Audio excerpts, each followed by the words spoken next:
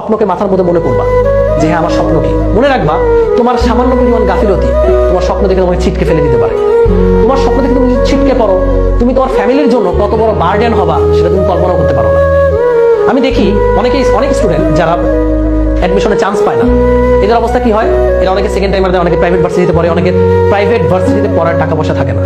সায়েন্সের একটা সাবজেক্ট নিয়ে তুমি যখন প্রাইভেট ভার্সিটিতে পড়বা, তোমার 20 লাখ টাকা এমনি অটোমেটিক যাবে। এত টাকা একজন একটা ফ্যামিলির পক্ষে অনেক সময় বিয়ার করা সম্ভব হয় না। ফ্যামিলিতে অনেক বিপদ আপদ আসতেই পারে, তাই না? সো তুমি কি তোমার ফ্যামিলির জন্য বার্ডেন হতে চাও? তুমি কি তোমার সোসাইটির জন্য বার্ডেন হতে চাও? নাকি উল্টা এই 20 লাখ টাকা স্টুডেন্ট থাকা অবস্থায় ইনকাম করে বাবা মার কাছে দিতে চাও যে এই নাও বাবা মা? তোমাদের আশিকুজ্জামান ভাইয়া অলরেডি গাজীপুরে একটা রিসোর্ট কিনে ফেলছে, কিন্তু সে এখনো পাস করে বের হয় নাই। ব্যাপারটা বুঝছো?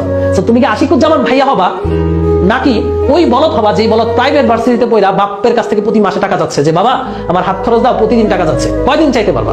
কয়দিন? It all depends on you. You have time. এখনো তোমার হাতে টাইম আছে। মনে রাখো, এই যে খুব সময় চিল করে বেড়াচ্ছ, তোমার জাস্ট এটা কল্পনা করবা যে আজ থেকে 10 বছর বা 15 বছর পর তোমার অবস্থাটা কোথায় যেতে পারে।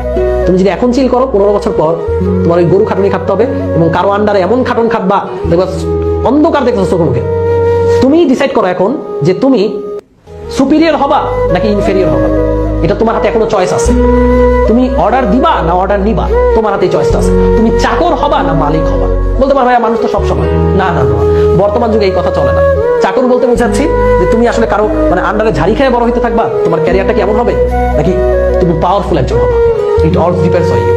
ইট all depends on you man. তুমি যদি গাফিলতি করো, তোমার কপালে দুঃখ লেখা আছে। এটাই হচ্ছে কথা।